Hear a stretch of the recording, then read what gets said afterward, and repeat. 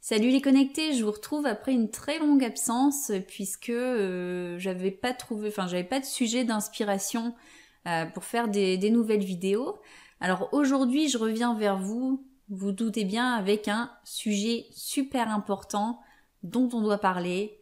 Et donc ce sujet-là concerne Excel. Et donc aujourd'hui, on va dire bye bye à Recherche V, bye bye Recherche H et bonjour Recherche X. Après 34 ans de bons et loyaux services, la recherche V et la recherche H sont remplacées par une nouvelle fonction qui s'appelle recherche X et qui les remplace toutes les deux. C'est une petite révolution pour les utilisateurs d'Excel puisque la recherche V fait partie des fonctions les plus utilisées jusqu'à présent. Nous allons voir que certes, la recherche X est plus puissante que ses deux prédécesseurs, mais elle demande un peu de pratique pour vraiment la prendre en main. Du coup, j'ai prévu donc cette vidéo-ci pour vraiment la prise en main de cette formule et une deuxième vidéo pour creuser un petit peu plus et voir ce qu'on peut faire avec la recherche X. Et avant de démarrer, attention, cette formule est accessible uniquement pour les personnes qui ont des comptes, qui ont Excel à partir de Microsoft 365. Si vous avez une licence Excel 2019, juste la licence, vous l'aurez pas en fait, vous n'aurez pas cette mise à jour. En fait, on est sur une mise à jour qui a été faite pour une partie des utilisateurs en février 2020 et il va y avoir une autre mise à jour si aujourd'hui en mai 2020 vous n'avez pas la recherche X dans vos formules. Attendez le mois de juillet, il y aura un nouveau déploiement et vous serez sûrement dans ce lot-là. Nous allons donc décortiquer cette formule qui se compose de minimum 3 arguments, maximum 6.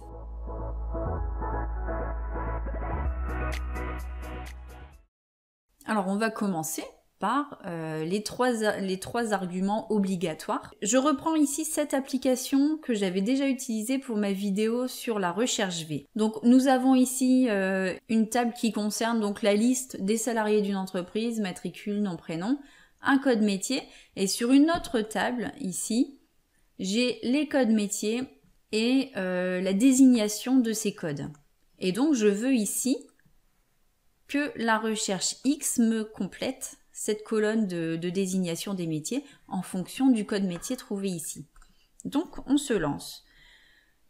Hop, comme d'habitude, égale recherche X. J'ouvre ma parenthèse, je vais me mettre ici. Et donc vous voyez là, ici on a tous les arguments possibles qui s'affichent. Alors je vous conseille toujours, quand c'est une formule que vous utilisez pour la première fois, surtout lorsqu'elle est un peu complète, vous pouvez commencer à la saisir et hop, cliquez sur fonction pour ouvrir l'assistant, parce que dans l'assistant, vous retrouvez à chaque fois que vous êtes sur une de ces cellules, vous avez le petit descriptif ici qui vous dit ce qui est demandé et parfois ça aide pas mal quand on démarre sur une formule. Et donc nos 3 valeurs, nos 3 arguments ici, ça va être la valeur cherchée, ça c'est comme pour la recherche V. Tableau de recherche, avant on appelait ça la table matrice. Et donc là, on parle plus de table matrice, mais de tableau recherche. Et puis ici, de tableau renvoyé. Voilà, ça va être nos 3 arguments. Donc comme avant, ma valeur recherchée, c'est celle qui se trouve. Alors moi, ma petite aide de mnémotechnique, je me dis toujours, c'est dans le même tableau que se trouve ma formule. Et donc là, la valeur recherchée dans le tableau de ma formule, c'est bien cette colonne-là. Donc je sélectionne cette cellule. Toujours un point virgule, ça ne change pas. Et mon tableau de recherche, c'est donc mon autre tableau, je vais aller le chercher. Je n'ai plus besoin de sélectionner le tableau complet, je vais juste sélectionner la colonne dans laquelle Excel va aller rechercher la donnée qui est en D2. Mon petit point virgule. Et maintenant, mon tableau renvoyé, c'est l'information que je vais renvoyer dans ma formule.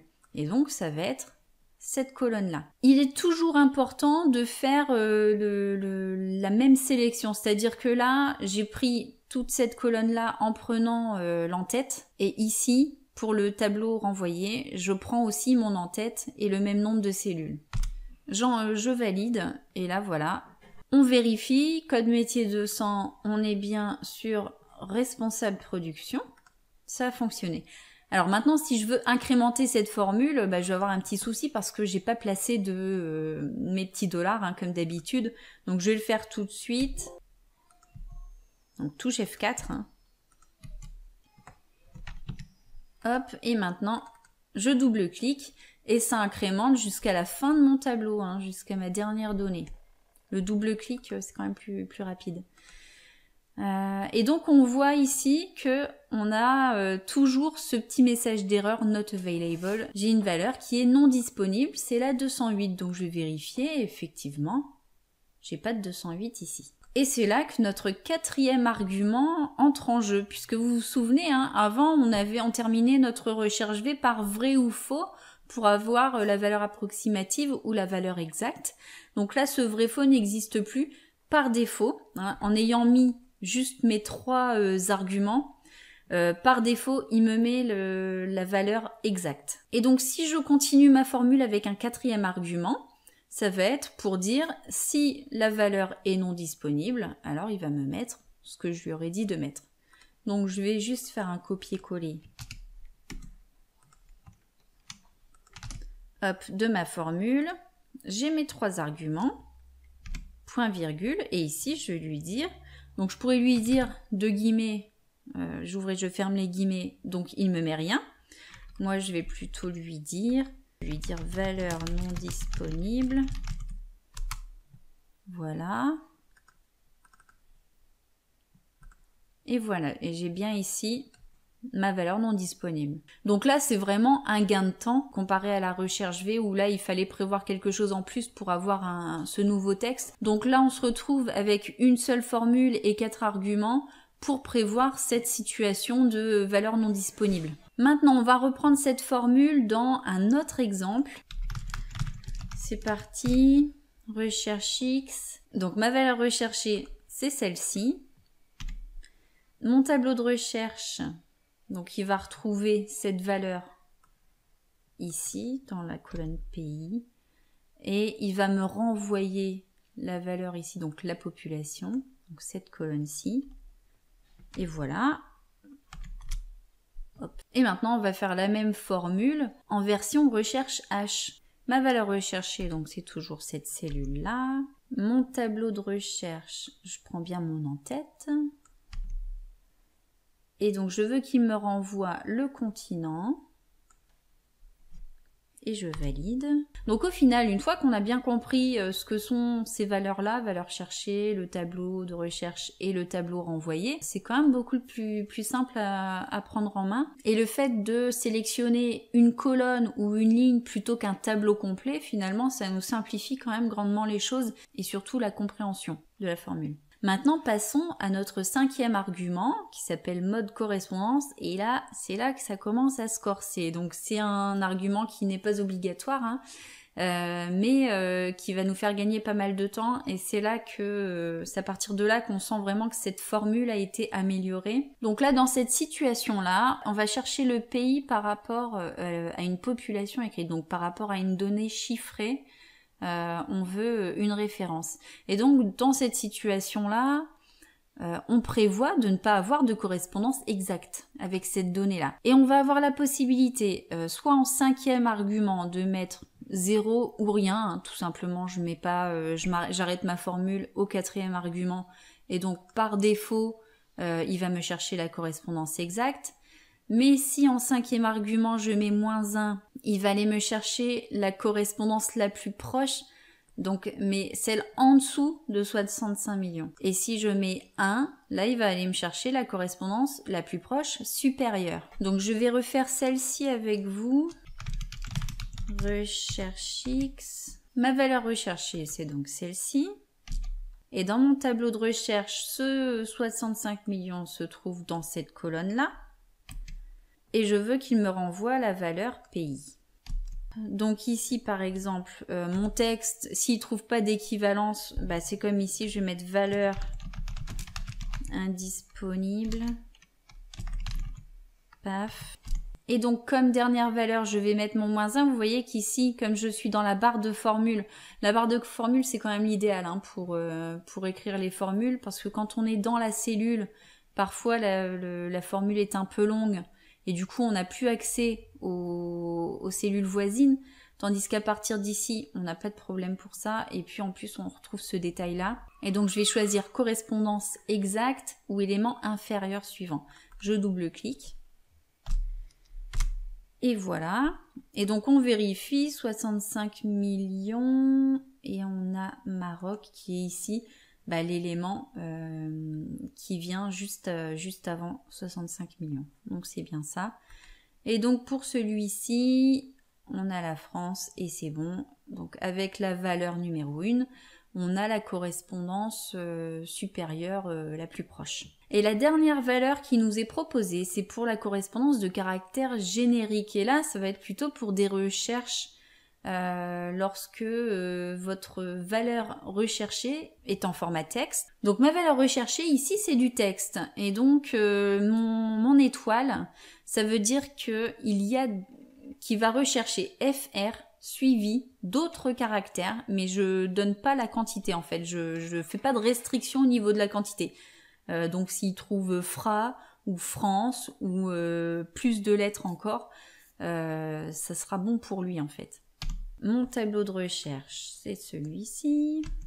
Et il va me renvoyer ici la population. Ici, bon, pour aller plus vite, je vais lui mettre qui me retourne rien s'il n'y a pas de correspondance. Et donc, je vais prendre la correspondance de caractères génériques. Hein. Mes caractères génériques, ce sont ceux-là. Voilà.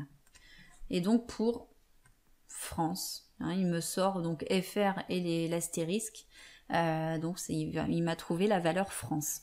Ici, c'est la même chose. Hein, donc là, par exemple, le fait d'avoir mis l'astérisque avant et après le mot, ça veut dire que potentiellement, il va me donner ce qui a les mots qui ont des lettres avant et après et qui contiennent le mât. Alors ici, c'est un exemple avec un petit warning, puisque là, j'ai mis le A avec l'astérisque. Et si on regarde bien, ici, on va avoir un doublon. Allemagne et Australie. Et là, ça va nous poser le même problème que nous avions déjà avec la recherche V, c'est-à-dire que lui, il fait toujours sa recherche comme ça. Donc, il va chercher un A ici, il va me dire banco, c'est celui-là.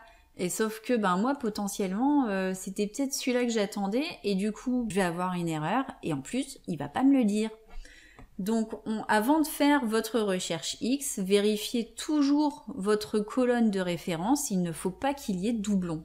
Et donc, on le voit bien, hein, ici, il nous a bien sorti la valeur de l'Allemagne. Il s'est arrêté là. Il n'est pas allé voir que l'Australie correspondait aussi à la recherche. Alors, si vous voulez avoir plus d'informations sur ces caractères génériques, alors ici, je vous ai mis l'adresse d'un article qui est très très bien fait sur ça, les caractères génériques. Ça se dit donc wildcard en anglais, et donc vous retrouverez ici toutes les informations en fait. Hein. Et nous arrivons maintenant à notre 6e argument non obligatoire, mais qui va nous proposer une formule toujours plus puissante, hein, performante. Et donc avec le mode de recherche, on va demander à Excel de rechercher la donnée soit en partant du haut vers le bas, soit en partant du bas vers le haut. Alors c'est reparti, donc on a le pays ici et on veut avoir la population. Donc recherche X, la valeur cherchée est ici.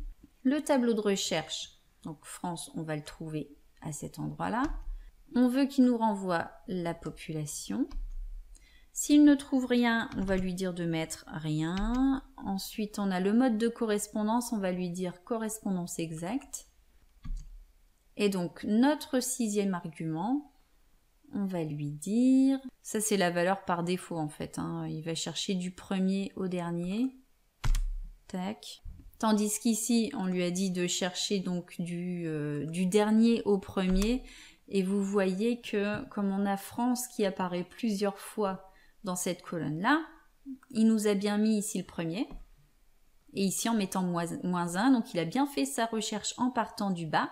Tac, le premier était là. Donc il nous a trouvé cette donnée-là.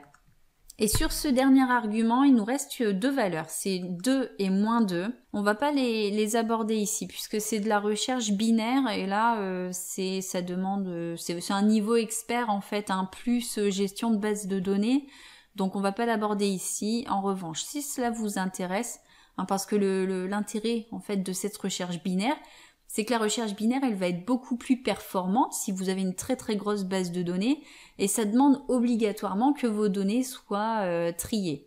Et donc en utilisant le 2, il va chercher en ordre ascendant, moins 2 en ordre descendant. Si vous voulez plus d'informations sur ce qu'est la recherche binaire, j'ai à nouveau un article à vous proposer qui est en anglais mais qui est très bien fait, très bien écrit, avec des petits gifs ici pour que l'on comprenne bien comment la machine va aller chercher, si elle est en algorithme classique ou bien si elle est en mode binaire.